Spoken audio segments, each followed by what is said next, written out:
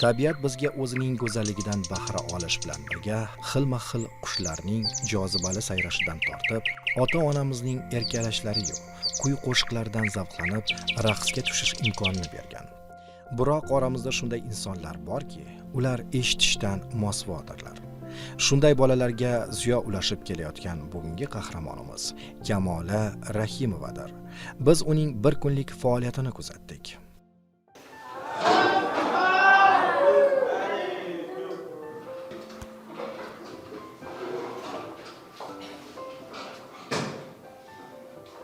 Hozir hammamizga kimyo darsi bilamiz. Bugungi mavzumuz kislotalar, tabiiy va sintetik kislotalar bilamiz. Bugungi darsimizda ushbu taqdimotda kislotalar dunyosiga sho'ng'ib, ularning xususiyatlari va turlari qo'llanilishi va ekologik ta'sir haqida bilib olamiz. Kislotalar deb vodorod atomi metalga o'rnini bo'shata oladigan umumiy formulasi kislotalarni. Bu yerda vodorod atomi, vodorodning soni, ya'ni 1 bo'lishi mumkin, 2 bo'lishi mumkin, 3 ham bo'lishi mumkin, 4 ham, 5 ham bo'lishi mumkin. Bu yerda kislota qoldig'i. Biz bilamiz, kundalik hayotimizda foydalanadigan kislotalar ko'p. Masalan, sirka kislotasi. Ko'rgansizlar, opalarimiz, akalarimiz uyda ishlatadi. Kislotalarning toifalanishiga o'tamiz. Kislotalar toifalanishi: 1 negizli kislota, 2 negizli kislota hamda 3 negizli kislota. Kislota turlariga bo'linadi. Ham kislorod bor yo'qligiga qarab kislotalar: kislorodsiz kislota, kislorodli kislota. Masalan, kislorodsiz kislota, kislorodli,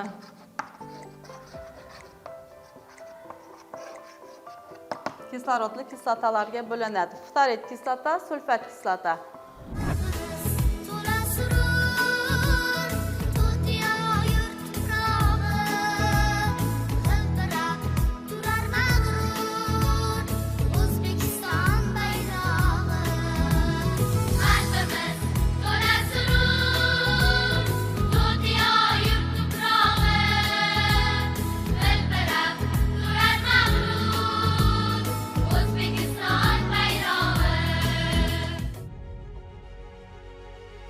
Inson ne umidlarda farzand kutib, uni ulg'aytirayotgan bir paytda bolasining imkoniyati cheklanganini bilgudek bo'lsa, ohlari osmonga sig'may ketadi.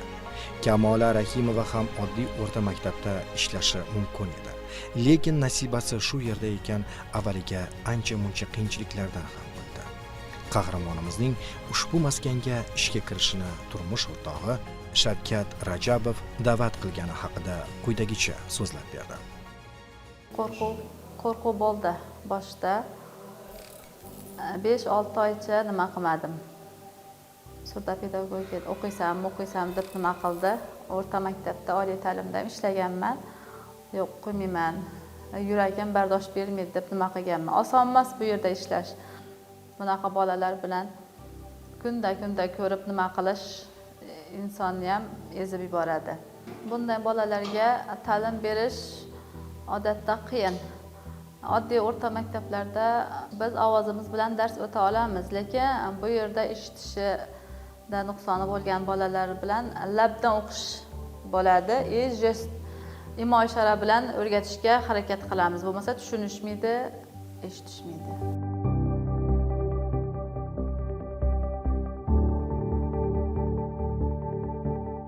Bugungi mavzumuz bo'yicha kislotalar bilan biz sizlarga reaksiya ko'rsatib beraman. Endi xalatlarimni kiyib tayyorlanaman. Perchatkalarimni kiyib etmasam, kislotalar bilan ishlash xavfli. Bo'sh baklashga 100 gramcha sirka kislota. Buni bilamiz. Uylarda ishlatamiz. Onalarimiz ishlatadi.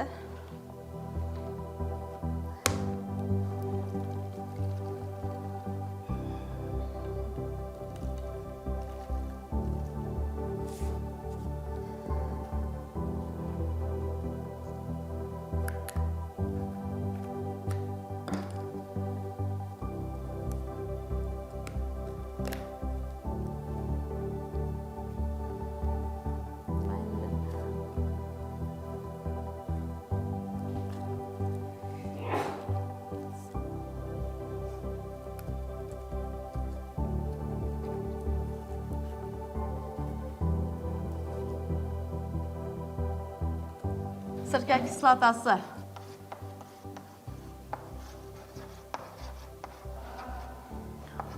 Unga ichimlik sodasini,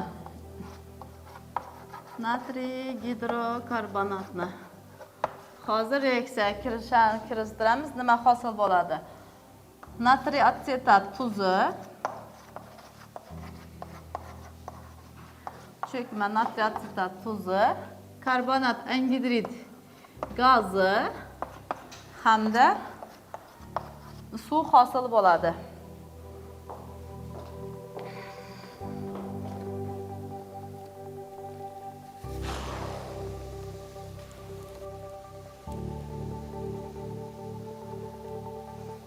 Chiqqan gaz hisobiga sharimiz shishirildi.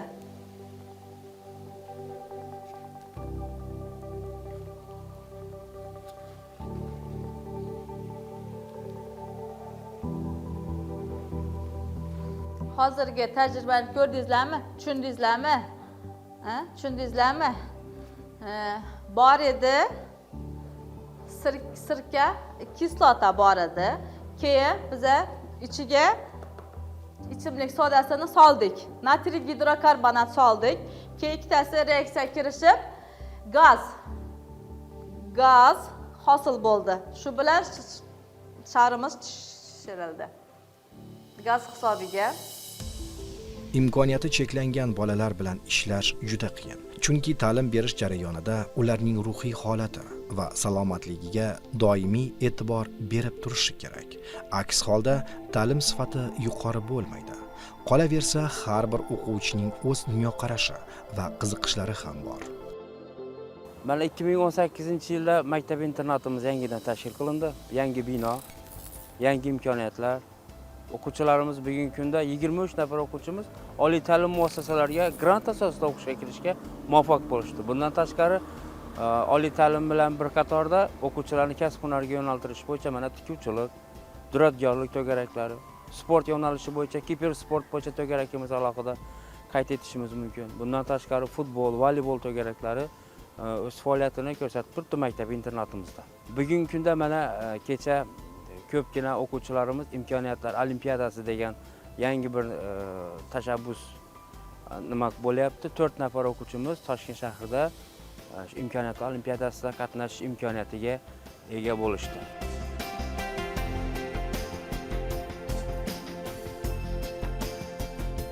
Buni o'rniga nima ichadi? Yo'q, bu bo'lmaydi.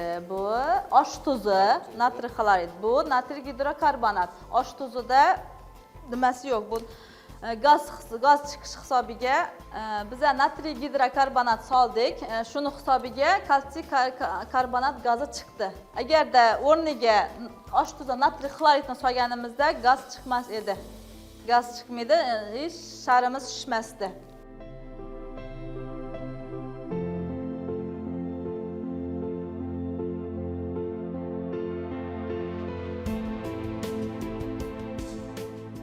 Har bir ishning qiyinchiligi bor deganlaridek, o'sha soha vakillari ham o'zining faoliyatini qadrlaydi. Shunday ekan, qahramonimiz ham bolalikni tilga olib, birinchi o'qituvchisini esladi.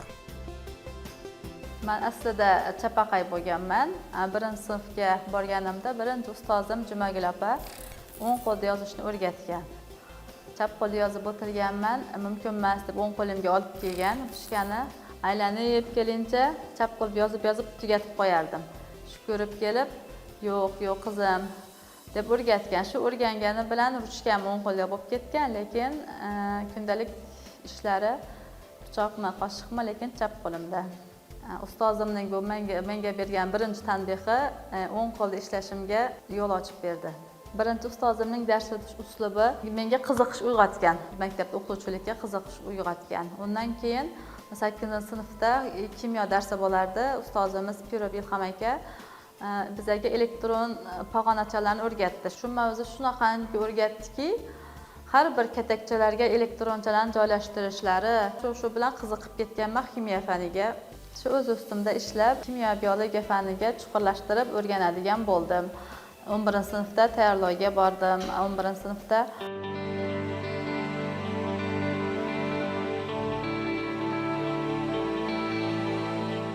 Mana bugun ko'rdingiz, bizning o'quvchilarimiz bilan ishlash oson emas. Baribir alohida ta'lim ehtiyojlari bor o'quvchilar, zaif eshituvchi o'quvchilar, ichida eshitish darajasi pastroq bo'lgan o'quvchilar bor. Bu alohida o'qituvchidan katta mahorat talab qiladi. Shu sababli Rahimov Kamol ustozimiz o'qituvchilar ichida, tarbiyachilarimiz ichida alohida o'zi qobiliyati, salohiyati bilan ajralib turadi. Men ishonch bilan ayta olamanki, o'qituvchimiz o'zini sohasi bo'yicha, tarbiyachilik yo'nalishi bo'yicha, o'qituvchilik pedagogik salohiyati bo'yicha o'quvchilarimiz o'rtasida o'zini hurmatiga ega bo'lgan ustozlarimizdan biridir. Qahramonimiz zaif eshituvchi va umuman eshitmaydigan o'quvchilarni faniga qiziqtirish maqsadida har xil o'yinlarni ham tashkil qiladi. Chunki bunday uslub ularni yanada ruhlantiradi. Nafisa, Nurxushona, kel, to'rting. Hozir o'rgataman. Sen dur. Birinchi, keyin 2, keyin 3, keyin oxirinda 10 ni boshlaymiz.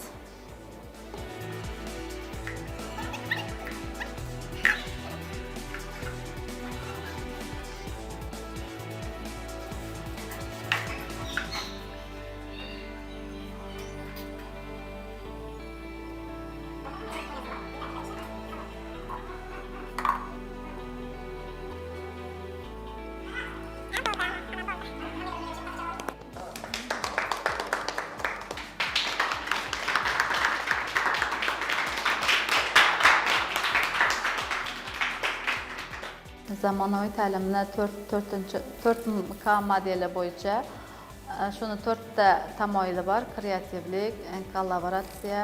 Shunda kollaboratsiyasi hamkorlik bilan ishlash, o'quvchilarni hamkorlikda bir-biriga yordam berib ishlashni o'rgatadi. Bu metodni bolalar bilan bir-biriga bo'lgan ishonchi, bir-biriga yordam berish kuchi ortadi.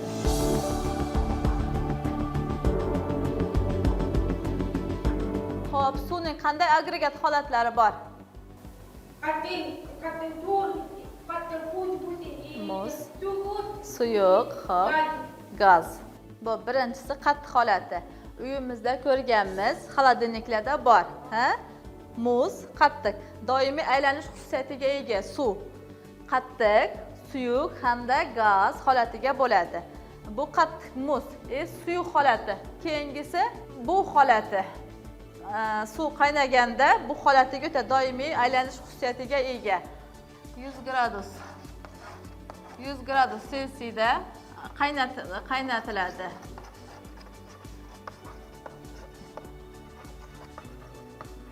Qaynagan suv 100 gradus suvda bu holatiga o'tadi.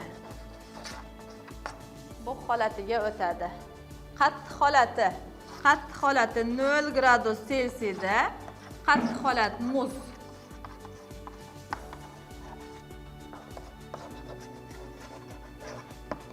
Muz holatiga o'tadi. Xo'sh, bilasiz bolalar, suv qancha gradusda qaynar ekan? Kim aytadi? Qancha gradusda qaynar ekan? 100 gradusda qaynar ekan. Sublimatsiya moddaning kristal yoki qattiq holatidan o'tmay turib bevosita gaz holatiga o'tishi. Sublimatsiya hodisasi issiqlikning yutilishi bilan sodir bo'ladigan reaksiyadir. Qattiq jismlarning hammasi ozmi ko'pmi sublimatsiyalanadi. Masalan, qattiq muz bor xolodilnikimizdagi muzni qo'yib nima qilsak, suyuq holatiga o'tadi. Qattiq holatdagi karbonat angidrid, yod, konfora sublimatsiya yetarli darajada tezlik bilan yuzaga keladi. Qahramonimiz bolaligidan kimyo faniga qiziqar edi. Maktabni bitirgan kezlari Xudoyor Rajabov Kamolaga qo'shimcha dars berib, uning oliy o'quv yurtiga kirishi uchun bor bilimini o'rgatdi. Va qahramonimiz 2004-yili Urganch davlat universitetining kimyoviy texnologiya fakultetiga o'qishga kirdi. Shu oliygohda ham uning ustozi Xudoyor Rajabov unga rahnamolik qildi. Laboratoriya o'tkazardik. Hammasini ipidan ignasigacha Xudoyor aka birma-bir o'rgatib, grammlabgacha o'rgatgan, shunaqangi yaxshi chiqardi reaksiya tenglamalari, reaksiyalarimiz yaxshi chiqardi. Hattoki universitetni portlatish darajasiga ham borganmiz. Reaksiyalar o'tkazib, hidlanib ketardi fakultetimiz. Kimni darsi bo'ldi, Xudoyor akaning darsi bo'ldi, fakultetga kirmasdan oldin bilishardi. Oliy o'quv yurtini bitirganimdan keyin universitetni o'zini axborot tekshiruv markaziga ishga joylashdim. Chunki maktablarda kimyo darsi soati kam edi. Shuncha birinchi faoliyatimni universitetning o'zida boshladim.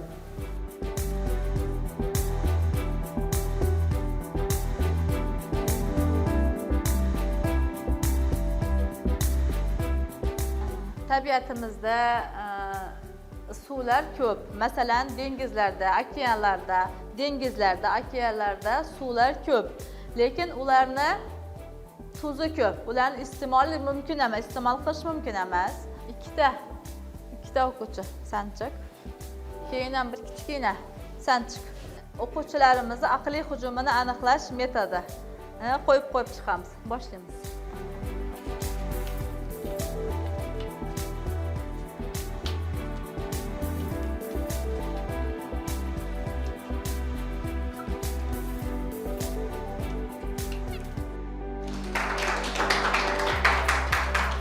Oxirgi 3 yilda maktab internatimizda juda katta o'zgarishlar bo'ldi. Buni men alohida aytishim mumkinki, har bir xonani, kimyo xonasi, texnologiya xonasi bo'lsin, boshqa sinf xonalari bo'lsin, bu yerda o'zgarishlar juda katta bo'ldi. Jumladan, har bir sinf xonasida zamonaviy tipdagi interaktiv doskalar har bir sinf xonasida mavjud va jajji o'quvchilarimiz, tayyorlov sinfidagi o'quvchilarimiz, 11-sinf, 10-yuqori sinfdagi o'quvchilarimiz barchasi interaktiv doskadan hozirgi kunda zamon talabidagi jihozlardan to'liq bemalol o'zlari foydalanishi mumkin va buni uddalab kelishmoqda. Qahramonimiz ilmiy ishga ham qo'l urgan. Hozirda u turk tilini o'rganyapti. Maqsadi Turkiya davlatiga borib, u yerdagi imkoniyati cheklangan o'quvchilarga bilim berish uslublarini o'rganib kelishdir. Biroq bilasizki, inklyuziv bolalar bilan ishlash katta mehnat talab qiladi. Shunda vaqtingiz va olgan bilimlaringiz biroz zoya ketganidan achinmaysizmi? deya uni yana savolga tutdik. Achinmayman, chunki olgan bilim hech qachon yerda qolmaydi. Masalan, bu o'quvchilarimga o'rgata olmasam, o'rganmasa, boshqa o'rta maktablardagi o'quvchilarimga o'rgata olarman. Nima bo'lganda ham shu olgan tajribalarim o'z samarasini beradi.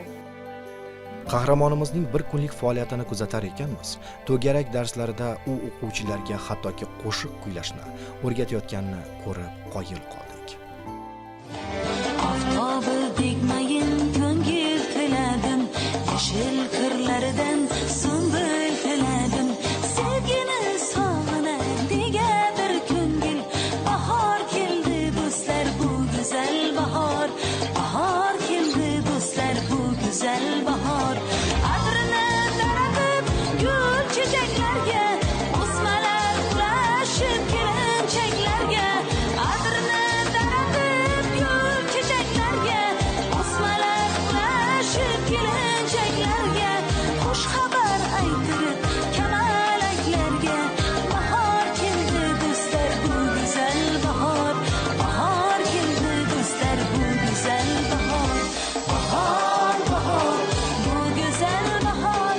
Bahor, bahor, bu go'zal bahor. Bahor, bahor, bu go'zal bahor. Bahor, bahor, bu go'zal bahor.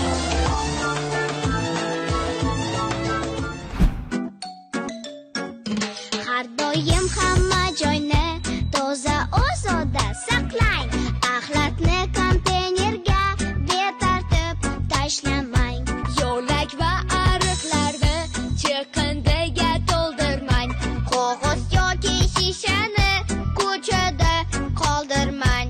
Ekologiya, tozalik, tabiatga befarq bo'lmaylik. Hammamiz birga, men, sen, u, butun yer sharini asraylik.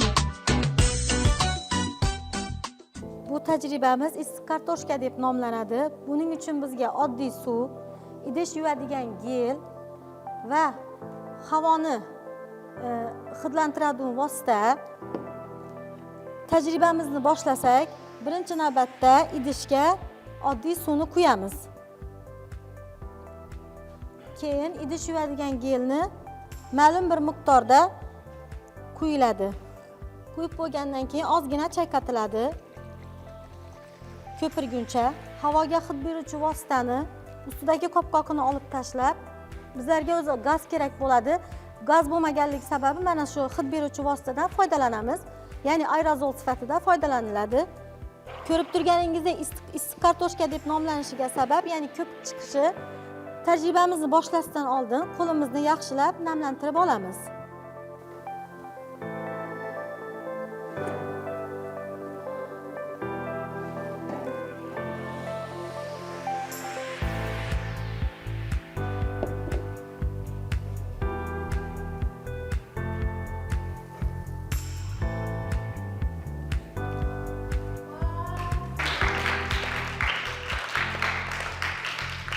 Ta'lim-tarbiya berishda ota-onaning o'gitlari juda muhim o'rin tutadi. Ota-ona farzandi uchun ilk murabbiy, o'qituvchi va tarbiyachidir. Mening ota-onam har doim menga yaxshi inson bo'lishimni, saxiylik qilishimni, kattalarga hurmatda, kichiklarga izzatda bo'lishimni doimo ta'kidlab kelishgan. Yoshligimda dadam aytardi, "Senga nima uchun Kamola deb ism qo'yganmiz? Har tomonlama yetuk, barkamol, komil inson bo'lib yetishsin" deb shu ismni qo'yganmiz. Sendan umidlarimiz katta deyishardi. Bugungi zamon o'qituvchisi qanday bo'lishi kerak degan savolga Kamola Rahimova shunday javob berdi. Hozirgi zamon o'qituvchilari birinchi aktyorlik mahorati kuchli bo'lishi kerak, hamda psixologik jihatdan ham kuchli bo'lishi kerak. Har bir o'quvchi bilan yakkama-yakka gaplashib, uni qalbidan joy egallay olishi kerak. Shunaqa o'quvchilar borki, shunaqa qalban yolg'iz. Ularga o'qituvchi tushuntirishi kerak. Sen eplaysan, sen kuchlisan deb biz o'rgatishimiz kerak. Shundagina shu o'quvchilarda yaxshigina natija chiqadi. Mo'min hayot darsin o'qib, o'zingizdan ustozlar.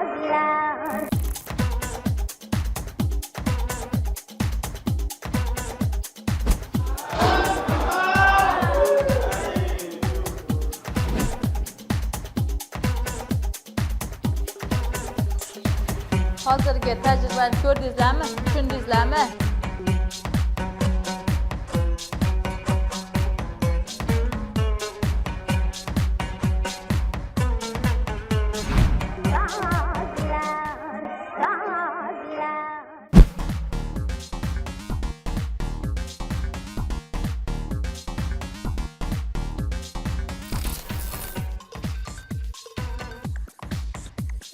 Mo'min hayot darsin o'qib, o'zingizdan ustozlar.